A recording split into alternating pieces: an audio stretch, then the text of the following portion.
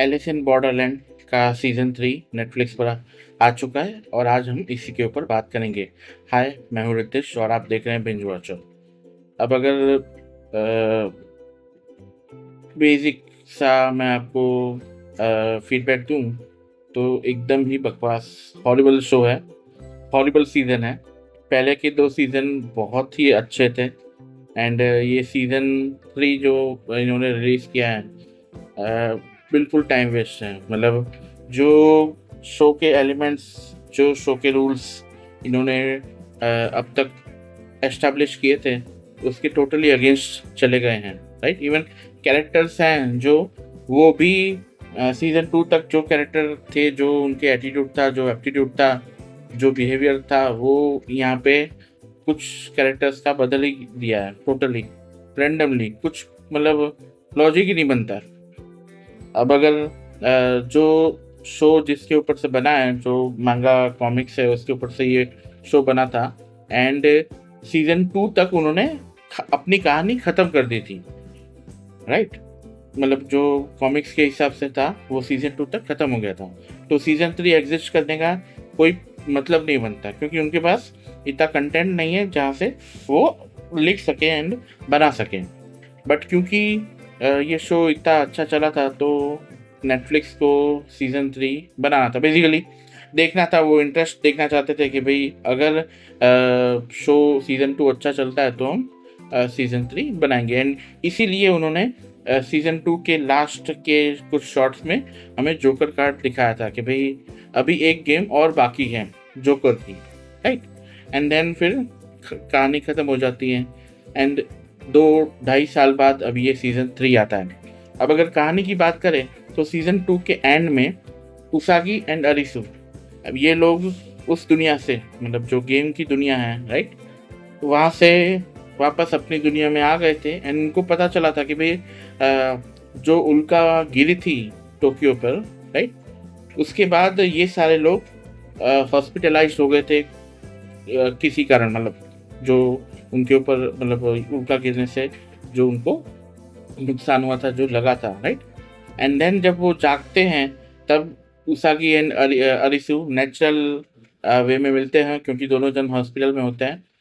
And then कहानी खत्म हो जाती है जोकर का कार्ड दिखा के। अब ये सीजन 3 जब बिगिन होती है तब इन्होंने एक टाइम जंप लिया है, कितने महीनों का है या साल का, ये नहीं एक्सप्लेन किया, दिखाया भी नहीं है। डायरेक्टली इन्होंने दिखा दिया कि भाई उसागी एंड अरिसु ने शादी कर ली एंड वो एक साथ रह रहे हैं। एंड शो की बिगिनिंग में हमें देखने को मिलता है कि भाई इन्वेस्टिगेशन चल रही है, राइट। एंड जो लोग मतलब हॉस्पिटल से निकल के आ गए थे, मतलब जिन जिन लोग जो ट्रांसपोर्ट हो गए थे उस वर्ल्ड में, वो जब जागे तब उनको कुछ कुछ चीज़ें याद आ रही हैं उस दुनिया की। सो एक काइंड ऑफ इन्वेस्टिगेशन चल रही है एंड कुछ लोग अपने एक्सपीरियंस बता रहे हैं पुलिस को। एंड एक नया इन्होंने उसमें एक कैरेक्टर इंट्रोड्यूस किया है, रियू जी करके। बेसिकली एक प्रोफेसर है जो कि डेथ यानी कि मरने के ऊपर बहुत ऑब्सेस्ड है। वो जानना चाहता है कि मरने के बाद क्या होता है। एंड हमें पता चलता है कि भाई अरिसु का जो इंटरव्यू चल रहा है, सो ये बंदा रियू जी मॉनिटर कर रहा है। उसके बाद इंटरव्यू खत्म होता है एंड देन रियू जी एंड अरिसु मिलते हैं एंड वहाँ पे उसागी भी आती है। उसागी को देखकर रियू जी को भी इंटरेस्ट जगता है, क्योंकि उसे पता है कि भाई उसागी भी उस वर्ल्ड में ट्रांसपोर्ट हुई थी। सो वो बोलता है कि भाई मैं भी, मतलब अगर आपके पास टाइम हो तो नेक्स्ट टाइम मैं आपसे बात करना चाहूँगा, आपके एक्सपीरियंस के बारे में जानना चाहूँगा। ये नॉर्मल कैजुअल बात हो सकती है, राइट। अब प्रॉब्लम यहाँ पे आती है कि भाई उसागी को एक सपना आ रहा है अपने बाप के बारे में कि भाई बाप एक पहाड़ से छलांग मार के आत्महत्या कर रहा है।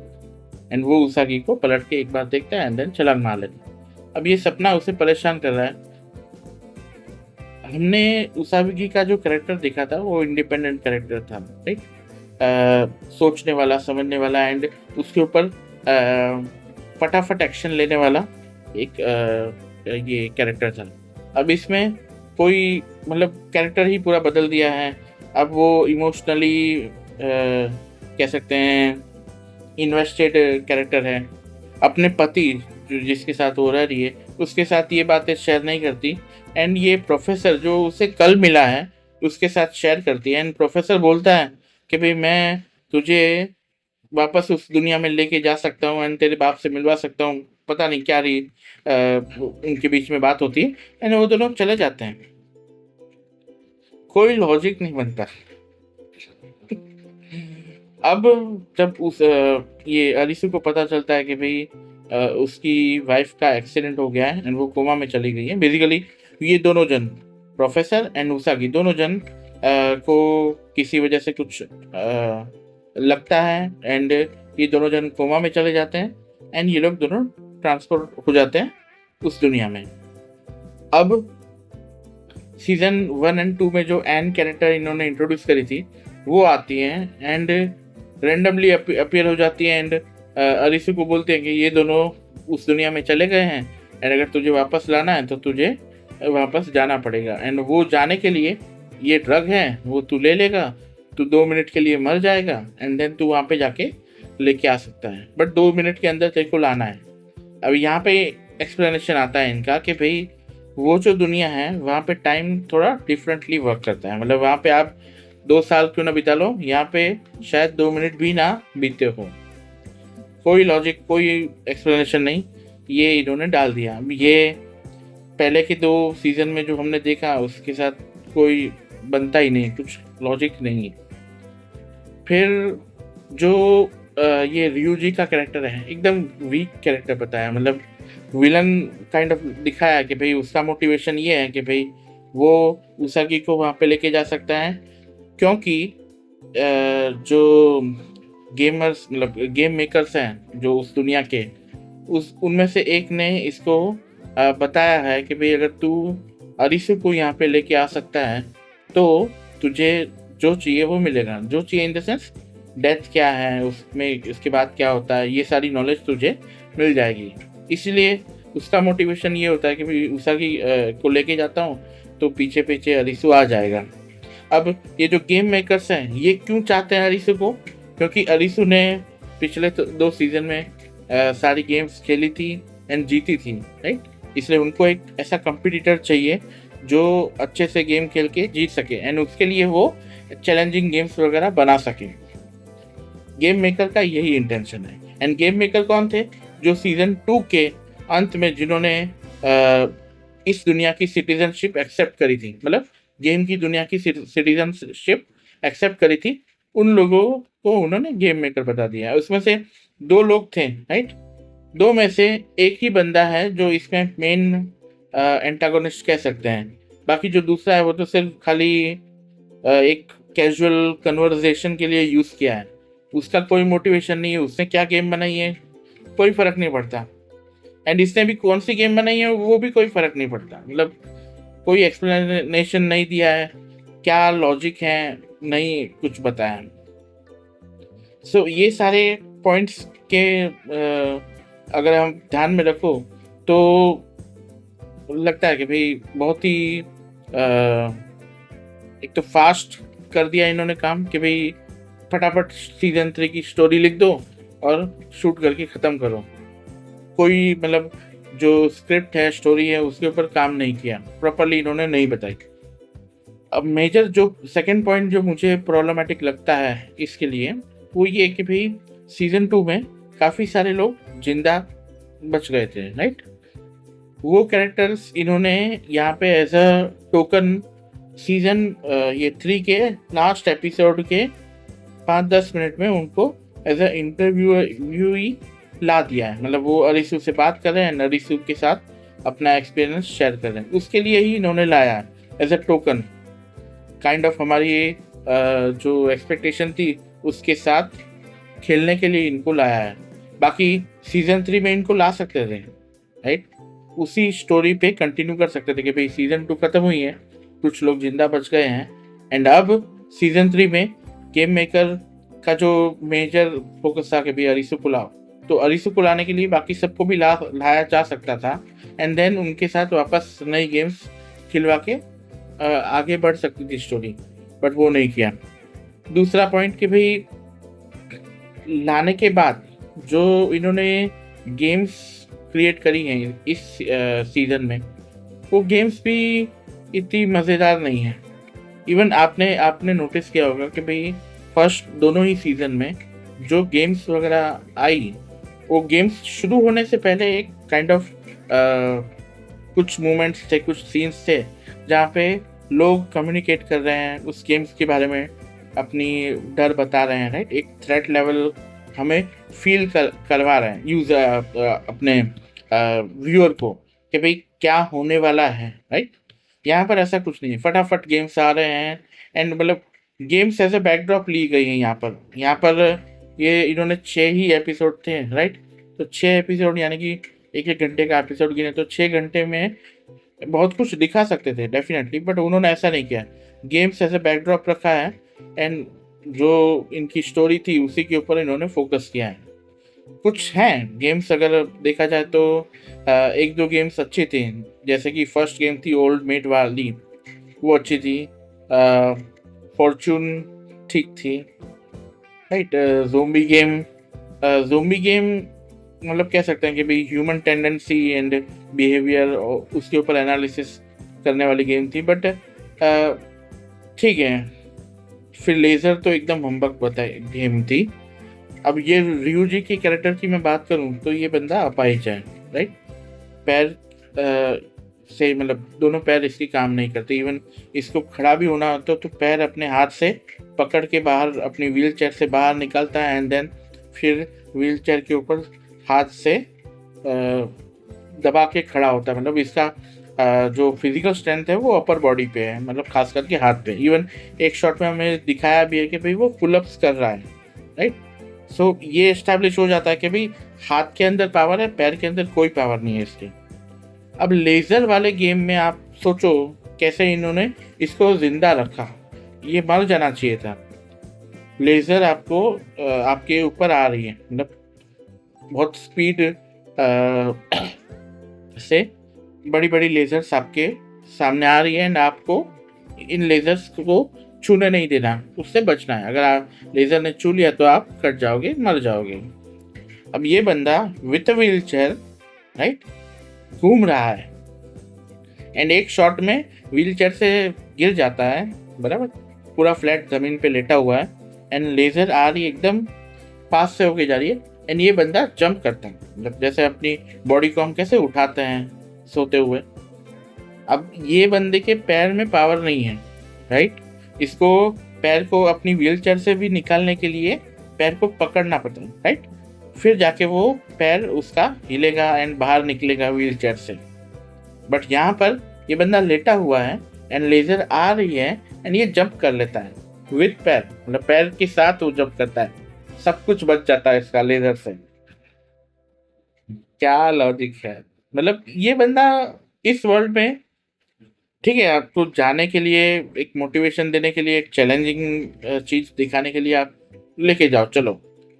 बट कुछ लिमिटेशन, फिजिकल लिमिटेशन तो एकदम ऑब्वियस बात है यार। हाँ, ये दिखाते ना कि भाई नॉर्मल वर्ल्ड में बंदा अपाहिज है, राइट, पैर से काम नहीं कर रहा, बट जब वो गेम वर्ल्ड में आया ना तब उसके पैर ठीक हो गए, क्योंकि ये दूसरी दुनिया है, राइट।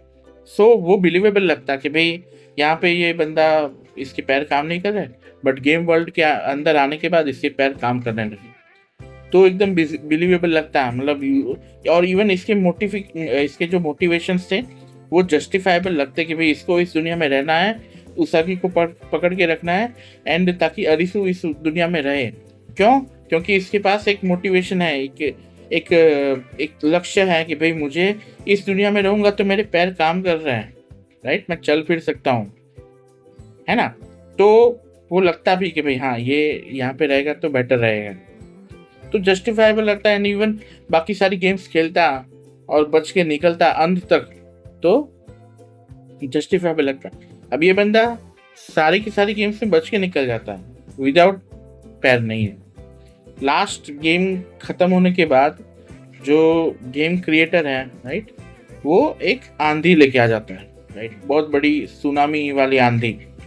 अब सुनामी में भाई ये बंदा तैर रहा है, सोचो आप, पैर नहीं काम कर रहे हैं, अपर बॉडी पेट के ऊपर से ही हिस्सा है जो काम कर रहा है, एंड ये बंदे ने उसागी को पकड़ के रखा है, एंड उसागी को बोल रहा है कि भाई चलो साथ में मरते हैं, इस दुनिया को, डेथ को एक्सपीरियंस करते हैं। एंड उसागी का जो कैरेक्टर है, कोई लॉजिक नहीं, वो शॉक दिखाती है इस सेंटेंस में, बट वो जब नेक्स्ट शॉट में ये बंदा ryuji अपना बलिदान दे देता है कि भाई ठीक है, अरिसु को बोल देता है कि तू उसागी के साथ जी और उसका ध्यान रखना, तो उसागी उसके मरने पर शोक व्यक्त करती है।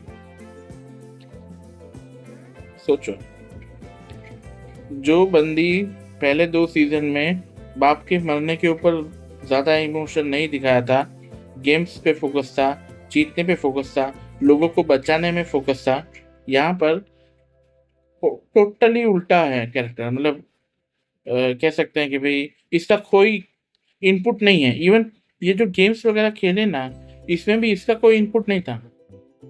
जितनी भी गेम्स खेली उसमें एक जो टोक्यो टावर था, वहाँ पे उसका इनपुट था कि भाई टावर चढ़ना है एंड देन बटन दबाना। बिंगो टोक्यो टावर गेम था, तो वो ठीक है, लगता है कि भाई है, क्योंकि वहाँ पे फिजिकली आपको चढ़ना है, राइट। उसके अलावा मेंटल इनपुट पूरे शो में कुछ नहीं है। सो ओवरऑल ये 6 एपिसोड्स 6 घंटे आप अवॉइड कर सकते हो, राइट। हाँ, अगर टाइम पास करना है तो देख लो ये गेम्स। आपको एटलीस्ट कॉन्सेप्ट, अलग अलग कॉन्सेप्ट्स, अलग अलग चीज़ें देखने को मिलेगी कि भाई कैसे अलग अलग गेम्स होती हैं, राइट। ये देखने के लिए आप देख सकते हो। बाकी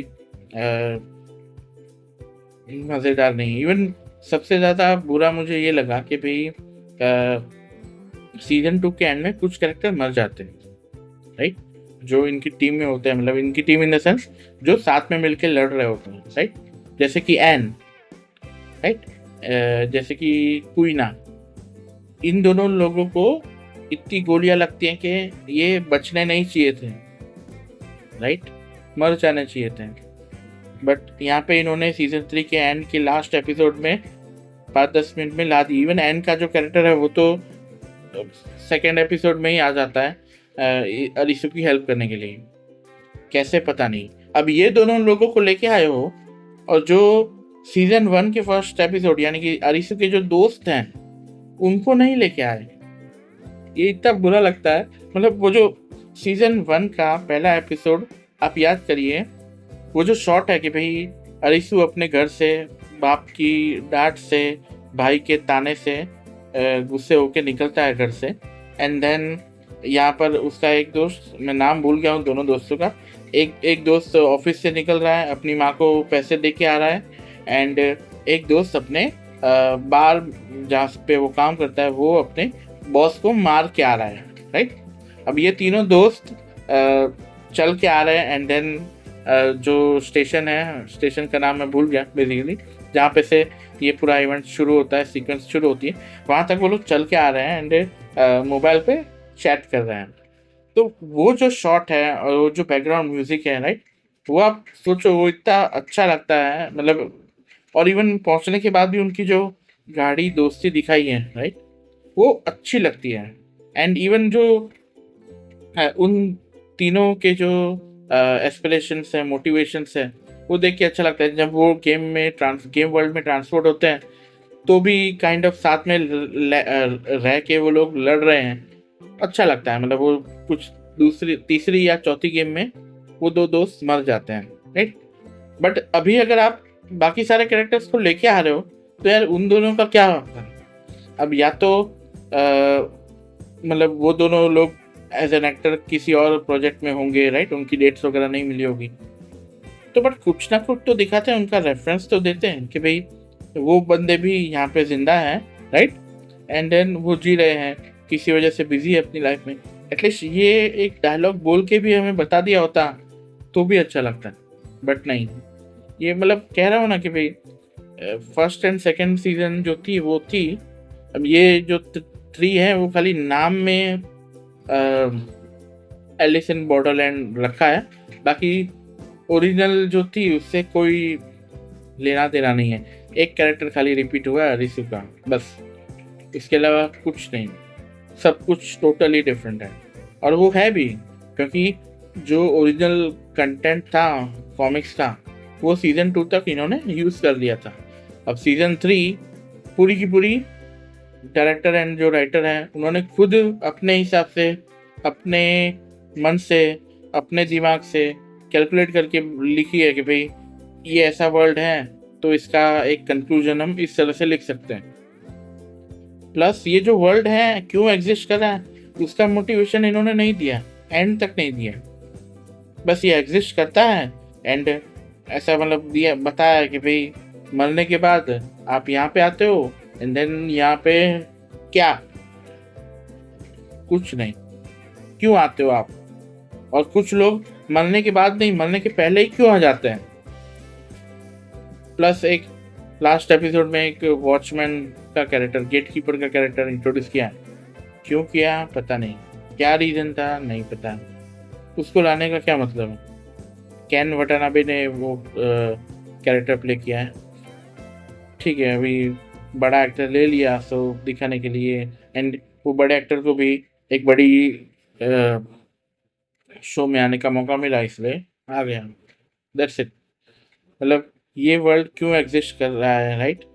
गेम मेकर्स, जो ओरिजिनल गेम मेकर्स थे वो कौन थे, वो क्या करते थे, क्या गेम्स बनी थी, उसके बाद उन्होंने जब रिक्रूट किए, राइट, तो वो रिक्रूट करने के बाद वो क्या करते थे, एंड आप जब रिक्रूट हो जाते हो तो आपको क्या स्पेशल प्रिविलेजेस मिलते हैं, राइट, आप कहाँ रहते हो, क्या करते हो, ये सारा कुछ नहीं दिखा है क्या, और सारी गेम्स पार करने के बाद क्या होता है, राइट, वो सीजन 2 के एंड में हमने देखा था, बट यहाँ पे नहीं, कोई नहीं, आप अपनी दुनिया में चले जाते हो तो फिर वापस ये जोकर वाली गेम लाने का मतलब क्या था, और लाई तो कहीं ना कहीं कोई कंक्लूजन तो देते, बट ऐसा कुछ हमें मिलता नहीं है।